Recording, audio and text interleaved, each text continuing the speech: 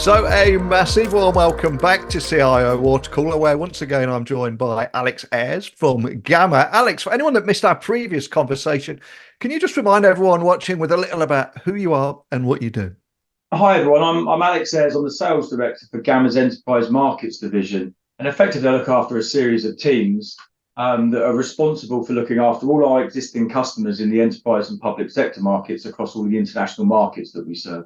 Well, it's a pleasure to have you back with me today. I want to talk about a subject very close to your heart. I know you're passionate about this because in recent years, businesses have been getting distracted by the next big thing in cybersecurity, only to find themselves with nothing but blinking lights and a false sense of security, arguably. And that's before we even factor in the next big thing, AI, of course, which is a topic for another day. But I'm curious, from the conversations you're having with your clients, what are you seeing on this front? So it's a really interesting question you asked there, and it's one that we've chosen to really lean into this year in terms of the primary research that we do. So as you know, we've been working with the CIO water cooler for a number of months and years now, and we choose to pick some of the interesting and certainly top of mind areas that our customers are really trying to grapple with. We've done hybrid working, we've done customer experience, and we've chosen to really, I guess you could say, peel back the curtain on cybersecurity this year. So we've been running a series of in-depth exercises and in-depth interviews with our customers, where we've been getting under the hood of exactly what's going on in the world of cyber as far as they're concerned. We know cyber has been a top-level boardroom concern. You know, most boards have boardroom expertise now that permanently sits there because the risks are so high. It's also an area which you mentioned there earlier. A lot of people have been buying a lot of stuff, a lot of shiny stuff, and this you'd think would be a good thing, and especially it's easily understood as well when we consider that we've really been on this journey of defense in depth. So we've been clearly buying more and more shiny security products and services as a result of the ever evolving and growing threat vectors and actors that are out there that we clearly need to protect ourselves against. And in the research that we've done this year and the in-depth conversations we've had with other leaders in this particular area, we were trying to capture what was really front of mind for them in terms of where they've reached in this journey in cyber. And it was a really interesting one. So as you alluded to, a lot of people have a lot of stuff, but they're still not feeling any more protected. So we've gone out and brought lots of security products and services, yet we're now got to the point where we're actually having to prepare ourselves for the inevitability of the breach. So we've gone out and bought all this stuff. We've tried to put it all together, and the customers we're speaking to, they just don't feel any more protected, and they've spent a lot of money on this stuff. So we've reached an interesting crossroads in the area of cyber, where the customers that we're speaking to today are actually looking to change their investment priorities, and they're moving away from more shiny stuff, and they're beginning to really double down and focus in the area of process alignment. And for that really means they've got to make sense of that stack that they've bought and better integrate it. But also what we're really seeing the leading organizations do is double down on the human element of cybersecurity. And they're doing that because they're wanting to generate a better outcome through the contextualization for what is a very dynamic and very broad enterprise audience that they need to be able to serve. So being able to use the human element of it, and of course that's where AI clearly comes into the debate when we think about how AI will augment humans. But they're really doubling down in that particular area. And if you take that one step further, specifically looking at their SOC, which is the center of where that activity can happen, to be able to provide a better response and a better leverage and a better return on the security investment. As I like to call it, ROCE, return on security investment, is a big thing now for a lot of leading cyber experts and cyber leaders. And I'm curious, when that news reaches the boardroom that they've maybe overspent on poorly configured, shiny solutions that might be riddled with process misalignment, and let's not forget the boardroom by traditionally are not out and out techies, even though they may have people that can advise them. How do you humanize cybersecurity and ensure that leaders get to see beyond the noise and start fixing some of these issues? Well, that is the challenge. Yeah. And it's certainly what we'll be unpacking at the next CIO water cooler event. We'll be giving the attendees very much a blueprint with which they'll be able to achieve what we call, when we say, humanizing cyber. What it will also allow them to do is to be able to pressure test exactly what their own plans are. We know we speak to a lot of large organizations, a lot of large enterprises and public sector bodies. They've spent an awful lot of time, effort, and money in this particular area, and a lot of them have got very good, very mature plans. And a lot of the goodness in this is actually being able to pressure test that against what others are doing. So what we'll be surfacing at the next CIO event is effectively the collective knowledge and wisdom of what all of the other leading brands that we're speaking to are doing in this specific area, as I said, to really make that transition from the shiny stuff through to the absolute stack integration and the process alignment to deliver those better outcomes, and effectively then leveraging that human element of it. A key bit and a key takeaway of this is really how we build what I'd like to call cyber culture within an organization. I always try to simplify things when I look at these relatively complex areas. And I think when you look at cyber, there really are two key things that you're looking to do and protect yourself against. And I like to call these patchable and unpatchable events.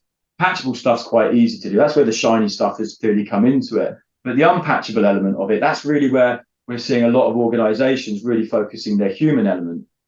And when I talk about an unpatchable element, I'm talking about things like the user, which is clearly the most unpatchable element any organization will have, or any new disruptive project that they're doing that's going to disrupt the way in which their security profile has been set up, their security posture, and potentially affect any of those vectors and actors that they need to think about. But the key element to that is how do you unpack, how do you build that cyber culture? How do you make it frictionless? Where do you apply automation? How do you bring in a DNA of continuous discovery?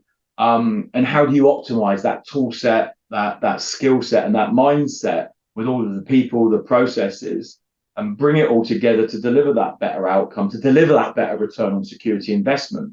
Because the biggest challenge that's now really emerging, and this is across not just cyber, this is across everything we're seeing with all of our customers, is they're actually fighting internally for budget. And whilst that's not something particularly new, it's become particularly elevated because of the macro environment we find ourselves in. There are a lot of people that are looking at the environment at the moment and going, we're not too sure whether the growth is going to repeat what we've had before, or potentially whether they're going to be events, and we all know there's lots of events going on in the world at the moment, is going to affect our ability to be able to fund everything that we want to do.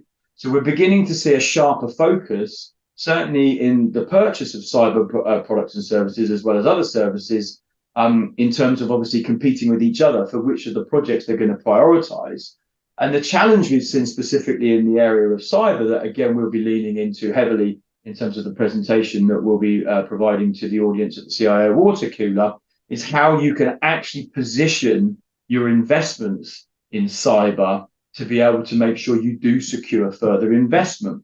Because one of the things that we are seeing is that because there has been a lot of money spent, there's a lot of questions being asked around that return. And as the fiscal environment becomes tighter and budgets become harder to attain, or certainly to grow, then we need to be able to provide that clear line of sight in very business level speak to the board, so they can absolutely understand that. And some of the interesting insights we will cover is exactly how you can take a very technical area and position it in such an extent that it resonates with your CFO or your CEO, which is super important. And part of that is not positioning any investment in terms of the absolute protection, because you're never going to be absolute protected, but it's positioning your investments in terms of how that improves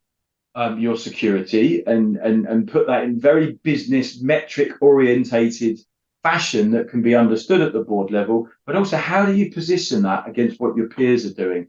And I think that's super, super important, because I think if there's one thing I think any cyber leader that's out there really wants to be able to do is to be able to get more budget. And one of the best ways to do that is to be able to explain how by investing in this area, they'll be better protected than their peers, their competition. Because that is normally one of the key things that will get a CFO or a CEO to reach for that approval button and say, absolutely, we'll support you. And as you mentioned now, you're going to be discussing much of this and how to overcome some of the issues we've raised today in that IT Leadership Challenge in June at the event in London. But are there any other teasers or key takeaways that you can share of what we can expect in June? There are a few, actually, yeah. So I know you always like to tease a little bit more out of us. What we'll be actually doing is actually leaning much more into the outcomes of the purchase. So in part of the research that we've done and the interviews that we've done with a series of CISOs and leading IT leaders within this particular space is really map out the challenges that you face, which of course could be, how do we demonstrate a better return? How do we just know what to do next? How do we converge some of our investments, and some of that area sits into some of the big digital giant organizations out there, which we're seeing a large focus in security towards. But when we actually think about what some of those challenges are and how we effectively provide a solution to it, and as I said, that could be, how do I better bring what I've already bought? So ironically, it's almost helping a customer to not spend more, but to make more of what they've got, but spend in slightly different areas. But to map the challenge that they have, the problem they're trying to solve, to the technology or the service that is best suited to meet that problem or challenge. And the problem in the cybersecurity market space is it's not always overly clear exactly what that is. And if you can then also pepper that with insight that comes from what others are doing, then I think you've got a really good understanding of where you should be placing your cybersecurity bets in 24.